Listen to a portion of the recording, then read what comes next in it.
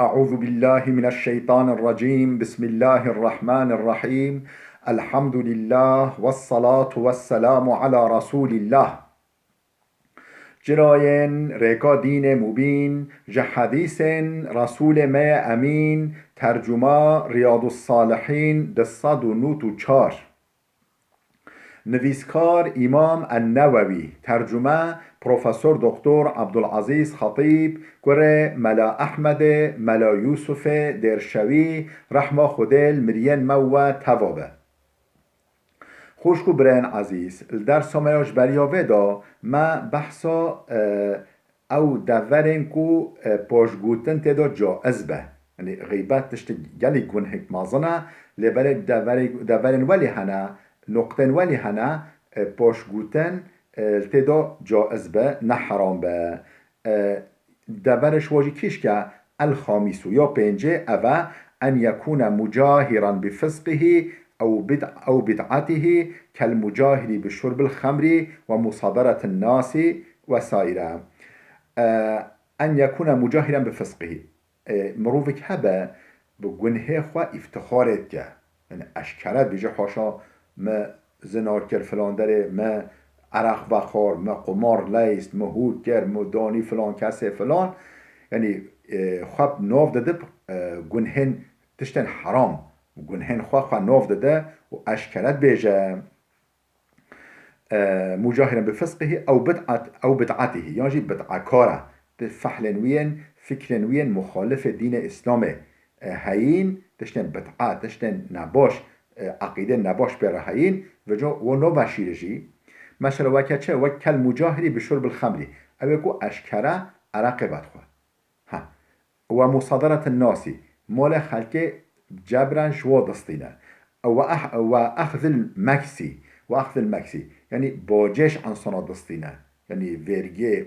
فيرجي دنيا سروا يعني بمشروع وجباية الأموال ظلما مال خلق طالان ديك شو دستينا جبران وتولي الأمور الباطلة تشتن باطل تشتن نحقي بخواجرتين تشتن نحقي بخواجرتين و أشكراجي ديك هنگه فیجوز ذکره بما یجاهر به که بجا کی گنه اشکره دیگه مو کاره وی گنه بحثوی بکه مو جالا فلان کسه نشخواب خواهی نوشیره قمار لیست عرق و خور دانی فلان کسه ام بیجی مالوی جستاند مو بجه خمناگه چون که او خواه نوشیره لباله صرف وی گنه نگو گنه وینده و یحرم ذکره بغیره من العیوب حکا عیب وینده هبن اوه هولی يعني عيبه هبل بله و شرطی به يعني نوه خلق بشتغلن جف هدی که هنگه مونکا بحثو بکه صرف او کو اشکره دی که مو کاره بجه کر هو چکر مو بجه إلا أن يكون لجوازه سبب آخر مما ذكرناه يعني أو عيبويش غير فوينها سبب كي وي ذهب أو سبب مجبريون هو إجمارتي سبب كي وي ذهب هنگه مو کاره ويجي بيجا قدر مصلحات قدر يعني مو جيب بوله. السادس سبب ششكو باشگوتن تدا جائز به. التعريف مو بو داي ناس کرنه مو بيجا او مثلا كچل هرا بودي او كلك مثلا او زلام كلك هرا چو يعني او زلام شح چو هولي چكر او زلام ولی تو هرا بودي ها يعني اون هو چکر فلان جبو تعریفه گلو زلام کرابوری کی زلام چابی ولا توتوی بی يعني زلام ام بیجی گلک بی یا ام بیجی گور بی ولی تشتی ولی بی مو بی دناس کرد التعريف مو بدناس کرد فإذا كان الإنسان معروفا بلقب هكا انسانك لقب که خواه مشهور به ام بیجی نوی گلک به اون کچل به اون ام بیجی تشدی يعني لقب يخوى مشروبة كالأعمش والأعرج والأصم والأعمى والأحول وغيرهم مثلا أعمش أيكو تشافيوي حول أعرج كلاك أصم كار أعمى كور أحول أوجي تشافيوي سبحي نوبين مثلا ها يعني تشوفي كوي كور ها يعني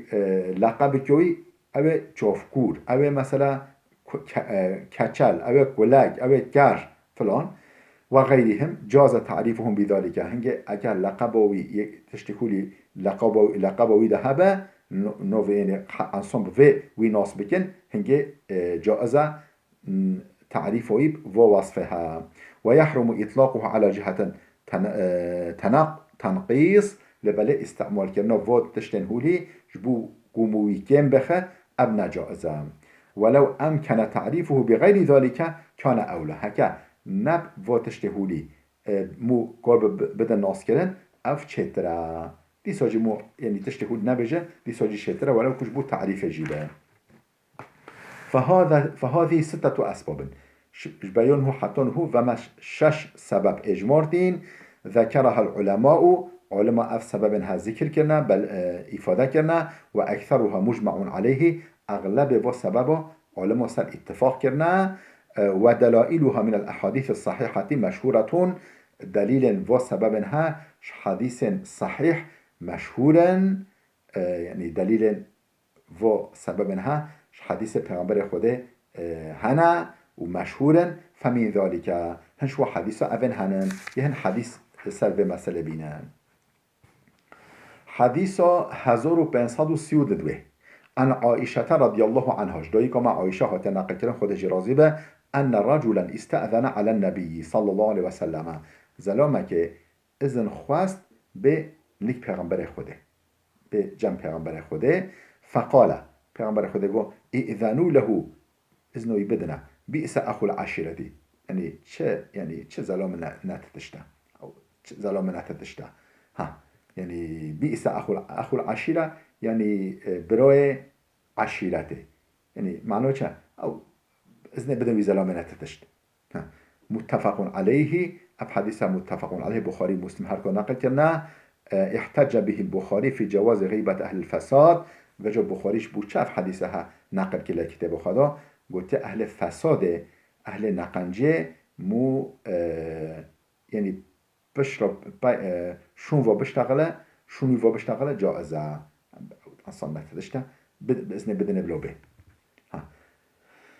و اهل الريب اهل شبهه اهل يعني فسقه بتعه مو يعني